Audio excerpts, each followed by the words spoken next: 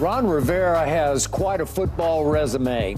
At Cal, he was the Pac-10 Defensive Player of the Year. In Chicago, he played for a defense many think was the greatest ever, those 85 Bears. In Carolina, Ron was twice NFL Coach of the Year in 2013 and again in 2015 when he coached the Panthers to the Super Bowl, of course. And Ron Rivera joins us now. Good morning, Coach. It's a pleasure to have you here. It's great to be here, Skip. Thank you. So I got to ask you, did it feel even a little bit strange that you went from coaching in Washington to interviewing with Jerry Jones for the Cowboys job after that coordinator vacated to go take over and succeed you in Washington? Was that a little bit weird to you? It was, but it was very interesting. You know, I've had a tremendous relationship with the Joneses and the Cowboys, you know, always competing against them every year for several years. So I've gotten to know who they are. And so sitting down, talking about their football team, I thought was a really good experience for me. I really appreciated it. And I do like the way it did go. I thought Mr. Jones was tremendous. Mike McCarthy was really good about it, and it was a great conversation. And you know, to me, it was an opportunity to also get a sense and feel for what else is going on in the league. Would you have been a good fit there, do you think? Well, I believe so. Yeah. I really do. I'm a football coach, and I enjoy the game. And, you know, the thing that more so than anything else is this game is about the players. And you know this, Keyshawn, as well as anybody, that if you've got players, if you've got people in place, you know, now it's really a matter about getting them to do what they need to do, and that gives them the best chance to win. I really love the opportunity potential that Dallas does have right now. Okay, but Philadelphia, through the offseason, has made every move, and Jerry's done next to nothing. Well, how do you sort of factor that into the equation? Well, I think more so than anything else, they've always done stuff through the draft. I mean, that's what they do. Yep, and they've had their success. The one thing I see them that they need to do is they need to go out and do a little bit more in this draft. They've got to go out and find the offensive lineman they need to restock, shore some things up. They lost their center in free agency. I mean, that's known. To your ex-team. Yeah. Yes. They're aged at the tackle position on one side, and they need to most certainly find some young depth and some young players that can step in and be starters for them. I think the thing that they need to do, too, is shore up that running game. You know, is that combination of the backs they had last year going to be good enough to go forward this year? Will Pollard step up if he comes back and becomes the guy? And if not, who's their answer? So these are questions they've got to draft somebody. Yeah, they do. They've got to answer these questions because what happens at the end of the year, there's way too much pressure on Dak. For Dak to do too many things. If you run the football successfully, especially in the playoffs, that gives your quarterback a chance to be successful.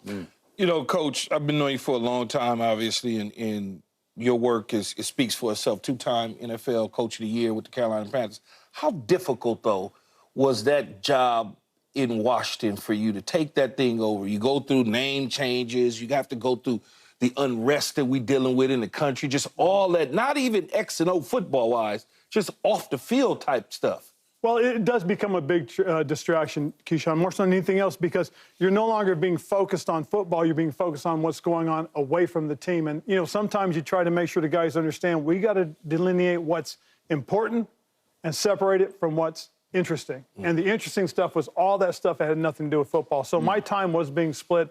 It was hard on the players because, again, this should have been about the players. We had a lot of quality football players that didn't get, you know, the recognition they deserve. They really didn't. And, you know, when you have guys that are being mentioned, that's one thing. But when guys become, that's important. And a guy like Terry McLaurin, to me, is a guy that should be always on the tip of everybody's tongue because of how good a football player he is. Is there even a little tiny part of you that looks at now Washington sitting with the second pick in the draft? Keyshawn loves Jaden Daniels, watched him grow up out here.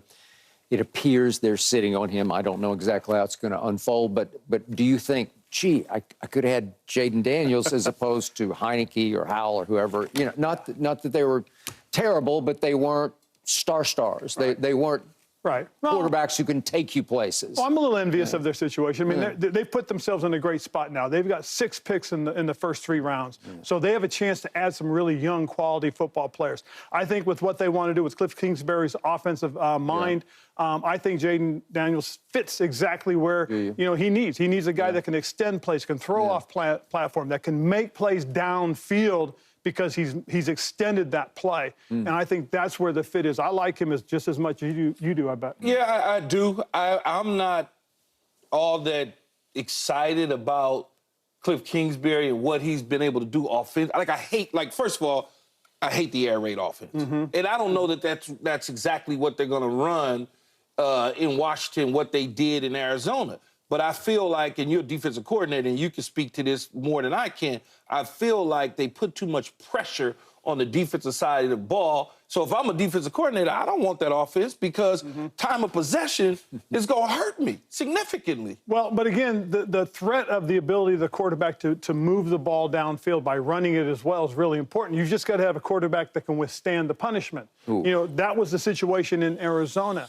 I mean, every other month, their quarterback was on the sideline. Now what's going to have to happen is if you do take Jaden and you do use that style of offense, he's got to be smart. His mindset's going to have to change about not just, you know, extending plays, but finding the right time to get down, the right time to get out of bounds. He's got to save himself, and that's going to be real important because, again, they've got to be able to run the ball successfully, and I like the running backs that are still there, okay? They've got to be able to distribute the ball. Well, I love the receivers they have. Okay, so they have an opportunity, I think, to take that style of offense and get it going very early if they get the right quarterback. When you look at the division right now, Philadelphia, the Giants, Dallas, Washington, just in the offseason, because it's all on paper, we don't play till September.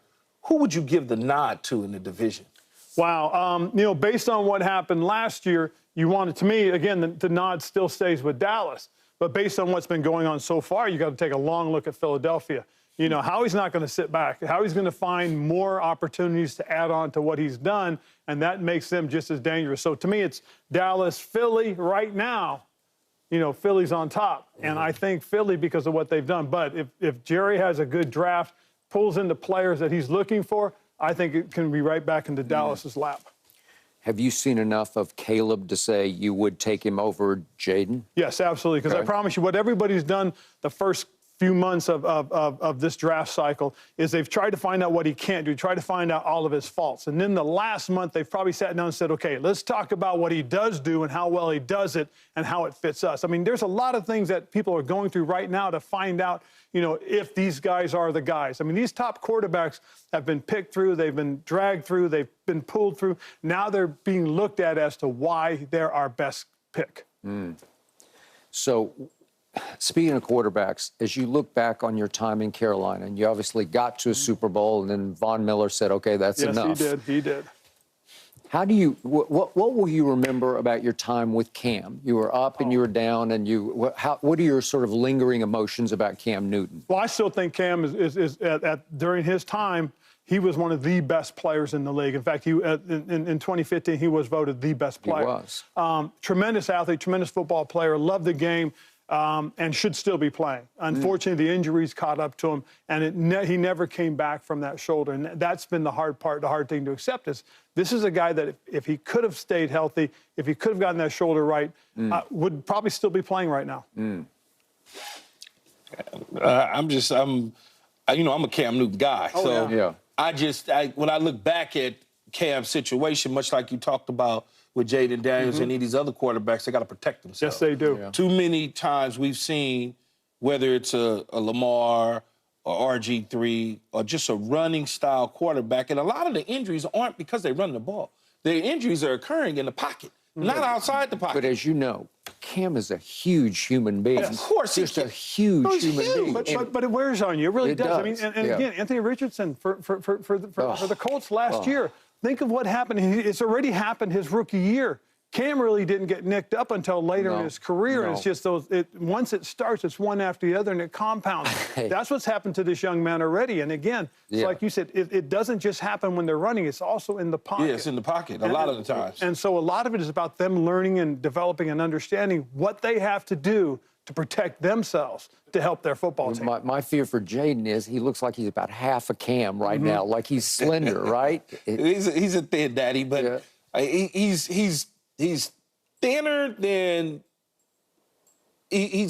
Cam, but he's not to the point where you look at him and you see him in person, he's not a stick figure. No, he's got some muscle mass to him. He's just got smaller shoulders, bigger hands, and he's athletic. He can do some stuff. He's like a little less than a Lamar. Not as shifty and fast. He's got some of that same stuff though, for sure. I've watched him all the way since high school, Arizona State, obviously, LSU. I've seen him in 7-on-7. I've seen a lot and nothing gets to him. He's not bothered by anything at all whatsoever. That's so the key. I'm excited to see wherever he winds up landing. All right, Coach. So this man got to play and got to see up close and personal in practice again.